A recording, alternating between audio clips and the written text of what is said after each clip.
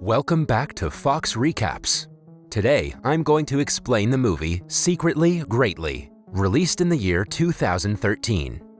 The movie revolves around a group of spies, the 5446 Corps, who have been trained by the North Korean Special Forces since their youth, with a goal of unifying Korea.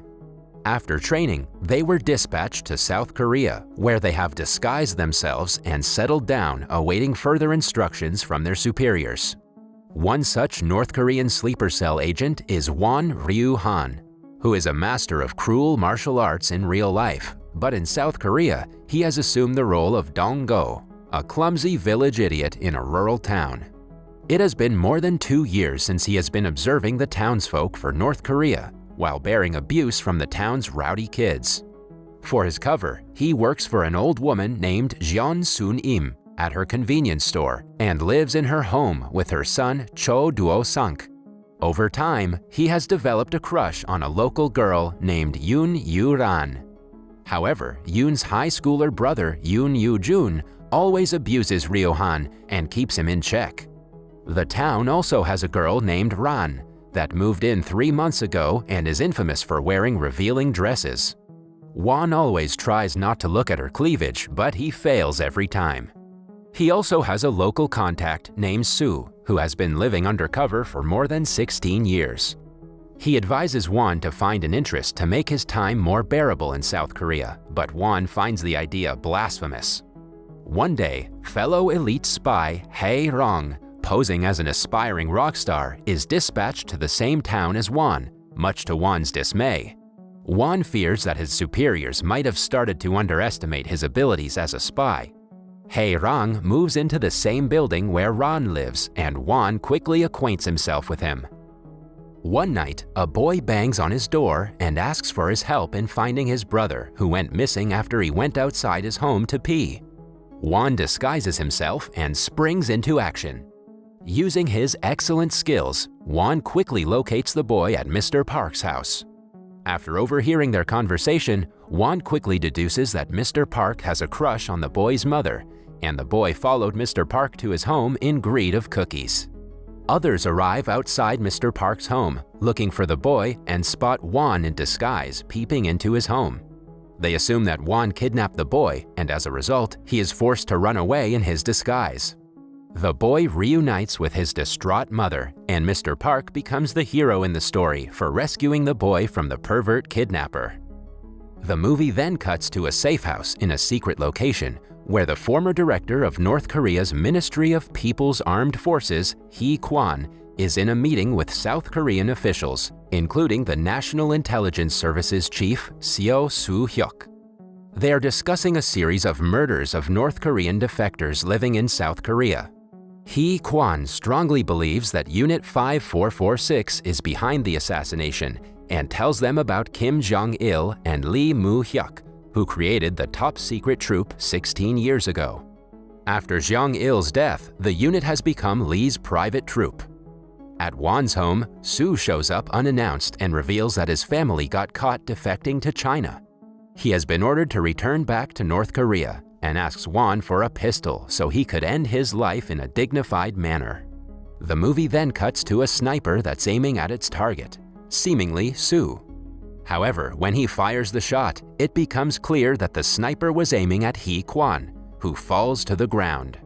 Chief Seo is sure that Unit 5446 is behind this, and he seeks his boss's permission to set up a team to tackle the unit, but his boss turns him down, citing political reasons. Meanwhile, Won also denies Soo's request and tells him to stay loyal to the DPRK till his last breath, as that's the only thing that has the chance of saving his family from execution. Won might act cold, but Soo's situation makes him miss his mother even more, and he writes a letter to her. It is revealed that he has written several such letters addressed to his mother, but he can't send them to her, and he keeps all of them in his room. That night, an unknown boy sneaks into Won's room and holds him at gunpoint. However, without the boy even saying anything, Won figures out that he is part of the elite North Korean troop and orders him to state his rank. Startled, the boy addresses Won as captain and reminds him about his obligations to the DPRK before running away. Won goes after him, and an intense parkour pursuit follows. However, the young spy manages to get away. Won is spotted by a drunken Ron, and she forces him to sit with her in the park. An inebriated and emotional Ron confides in Won that she gave birth to a boy when she was 18 years old, and her parents sent the baby to the US for adoption. She breaks down, saying that she hasn't seen her son since then. When she falls asleep, Won carries her back home. Afterwards, he catches the mysterious agent secretly spying on him from a distance. Won also figures out that he is Hae Jin, a boy that he personally trained in Unit 5446. Exposed, the boy panics and runs away.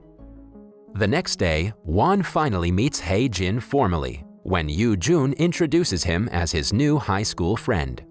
Won begins to wonder by himself why two new spies were sent to the same shantytown, and it doesn't take him long to figure it out when he notices that some other man has replaced Soo as the local delivery man. That evening, Won confronts Hae Jin, and the boy reveals that he only sent Soo back to Korea because he was trying to end his life, putting other sleeper agents at risk. Before Won could ask the boy about his mission, they hear someone approaching, and the two are forced to hide. It turns out to be Yoo Ran and her drunk boss who is harassing her. Won instructs Hae Jin to help the girl, but he replies that they shouldn't help South Koreans, and wonders if Won has developed feelings for her. However, Won explains to him that he can get in Yoo Jun's good books by helping his sister, thus solidifying his cover story. Hae Jin then saves her, and to keep the boss from firing her, Won blackmails the man with his embarrassing video. The next day, as Hae Jin, Won, and Hae Rang talk, a liquor supplier threatens Soon Im. Won immediately intervenes, but without breaking character. He manages to save her, but ends up getting beaten badly. When Duo Sonk learns about the incident, he goes to confront the goons, and Won and Hae Jin secretly follow him. Without exposing his identity, Hae Jin beats them up, and afterwards, Won comforts a badly battered Duo Sonk. The next day, Soon Im throws a chicken soup party to celebrate Duo Sonk teaching the goons a lesson. At the party, the North Korean agents find themselves enjoying the South Korean food and people. Back in NK, Lee grows worried about being exposed for having a secret army without the country's leader Kim Jong-un. It is revealed that North Korea's new leader, Kim Jong-un, wants to take steps towards reunifying the two Korean countries, and sleeper agents could derail such a plan. Therefore, Lee orders all of the active duty spies to take their own lives. One by one, the North Korean spies all over South Korea oblige, and Hae Jin is also adamant on honoring the order, but Won insists on talking to the unit's chief trainer first. However, Hae Jin considers it contumacy and points a gun at his captain. Hae Rang intervenes and reasons that there's no point in taking their lives, as no one would care if they quietly disappear. Upset, Hae Jin calls them dogs of the South and threatens to kill them. Won agrees to grant him his wish and asks Hae Jin to shoot him, but the boy can't bring himself to take his captain's life and is forced to leave in shame. Meanwhile, Seo is troubled by the young North Korean spies ending their life, so he talks to his superiors about it, but they tell him to mind his business, as the only thing they care about is the reunification of Korea, even if that means having to turn a blind eye towards certain things. Hae Jin soon learns that he is being followed, and he takes on his stalkers while Won is approached by Seo. Seo tells him that he wants to save the remaining spies and appeals to him to officially defect. When Won turns down the offer, the chief points a gun at him. Suddenly, Hae Jin shows up, forcing the chief to flee. Hae Jin chases after him, and Won proceeds to follow Hae Jin, but he is forced to stop when he notices Soo. Soo reveals that he ran away while he was being sent away to North Korea, and asks Won to protect him. Meanwhile, the NIS chief manages to arrest Hae Jin and pulls out a tracking device from under his skin that he was unaware of.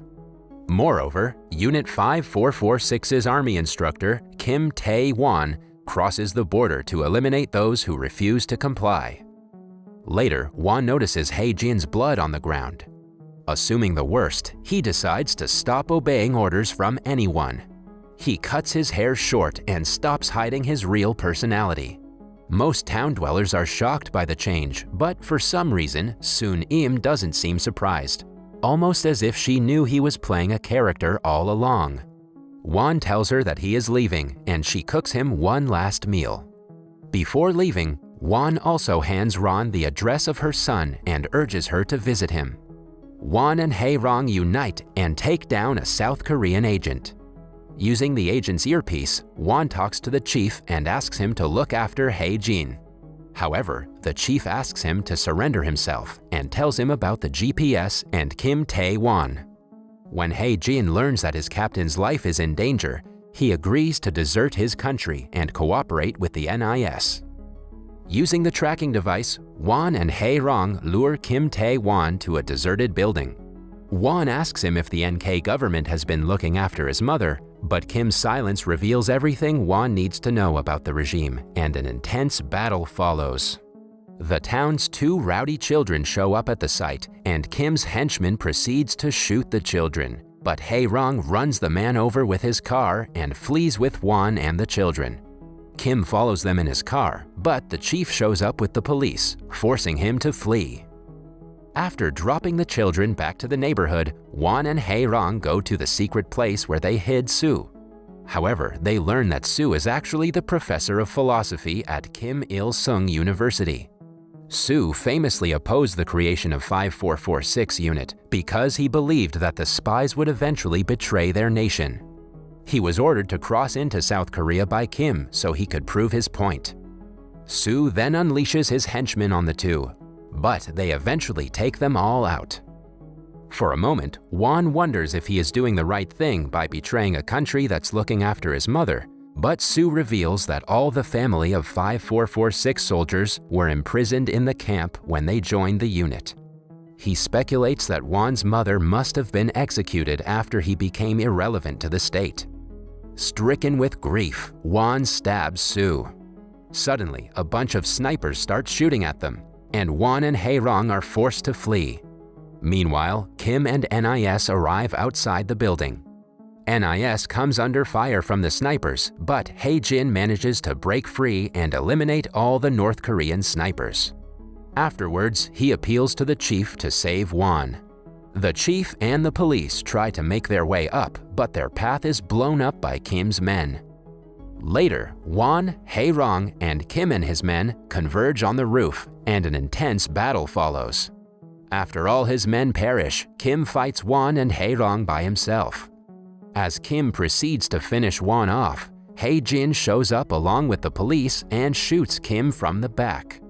Clinging on to his last breath, Kim pulls out a bomb, but Hae-rong decides to sacrifice himself and jumps off the building with Kim and the bomb that explodes in the air. Hae-jin then holds the police off from arresting Won and asks him to run away, but Won is grief-stricken by the death of his mother. However, he suddenly notices a bank passbook left by Sun-im in his pocket. It turns out that she had been saving money for Won's marriage and registered him as her second son. Won is instantly moved to tears. The chief urges Hae-jin to surrender himself, but he opens fire at them, forcing them to spray him with bullets in retaliation. Won holds the boy in his arms and as a result comes under the line of fire. The two then seemingly fall to their death. That was all from the video. I hope you liked it. Subscribe for more content like this and hit the like button to help us out. Also, leave a comment if you want us to recap your favorite movie. Until next time, take care.